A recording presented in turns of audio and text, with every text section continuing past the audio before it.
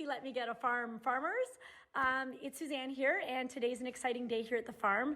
We are combining two of my passions, both teeth and animals, together today. So that's kind of exciting. If anybody doesn't know, I worked in dentistry for over 23 years, I think, before giving up my license and getting my dream farm. So my true and initial passion was definitely teeth, and it's really nice that today I get to bring together both of those things, both the teeth and the animals all together in one. We are having our veterinarian come out today. Shout out to Dr. Marika at Markdale Veterinarian Services. She's awesome. I always have a lot of questions. She's always willing to educate and answer my questions. Patient, funny, great.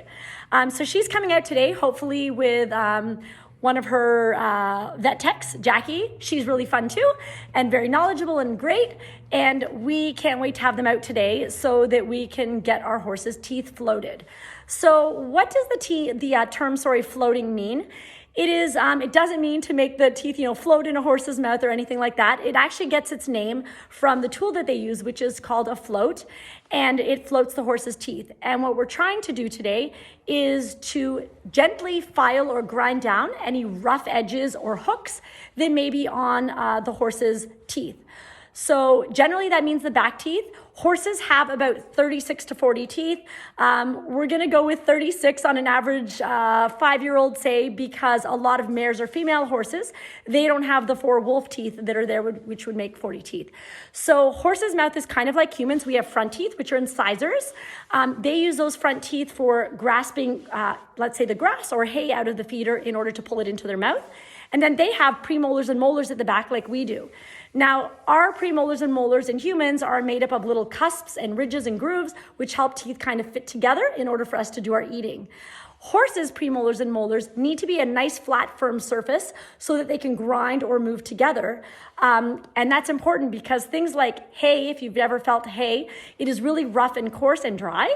And what that does is it enables them to grind on those firm, flat, large surface areas, the food up to break down the fibers of that tough straw, not so much straw, but hay and grass, so they can break down the fibers and then start the digestive process in through their tummies.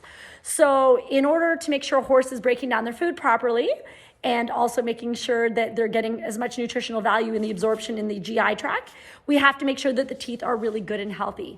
Over time, they do start to develop these rough edges or these hooks. So I would really, really recommend to everybody, make sure if you have a large animal like a horse, to make sure that you do get them their teeth checked. It's best to always sedate them slightly so that they can use a speculum to open the mouth and really see wide. You'll see what a speculum is later on.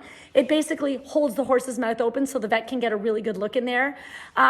Trust me when I say my daughter had a horse here, and unfortunately we'd had vets trying to feel but never actually looked in the couple years she's owned him, and he ended up with quite a fractured tooth that wasn't caught until this year when she had the horse's teeth floated, and in turn that tooth has to be extracted, large veterinary expense and other things.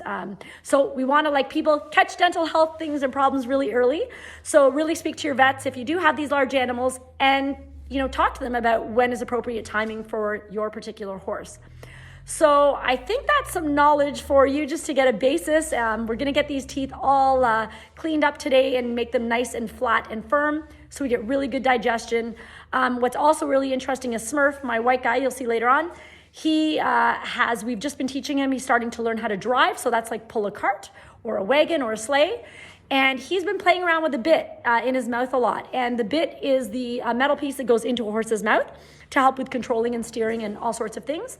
And he's been playing around with it. So we are curious and believe that potentially he has some sharp edges, hooks, rough edges that is not letting the bit sit very comfortably in his mouth. So we're getting that taken care of because on Monday, a good friend of mine, Carolyn, she's an incredible trainer. She is coming in to start and continue on with what I've been doing with Smurf to get Smurf pulling a cart. So that's exciting for us this summer.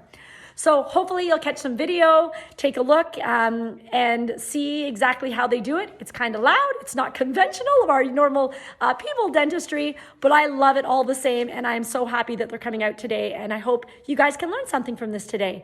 Check in with you after, okay? Here it comes. This is what a float looks like, almost like a drill, right? And this is the speculum I was talking about that holds the horse's mouth open. So here we are trying to put the speculum in. It goes in like a bit. Remember we were talking about things in the horse's mouth.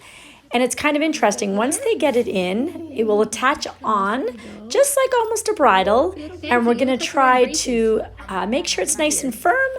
And then from there, we can just start to try and open his mouth a little bit at a time. And that's going to hold the mouth in the open position. As you can see, here it is on. It looks like he's wearing a headgear. Looksy. Lots of sharp points, which is what we felt before. Oh, yes. Lots of sharp points. Ah, so maybe that was your awful bit situation we were having. Yes. In we go for the power float. Oh boy. You can only go back so far, my friend. Even if you like tilt his head up a little bit, that'll work.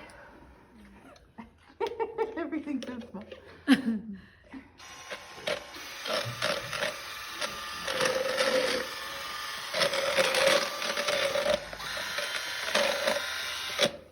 Not much space there, Mr. Smurf.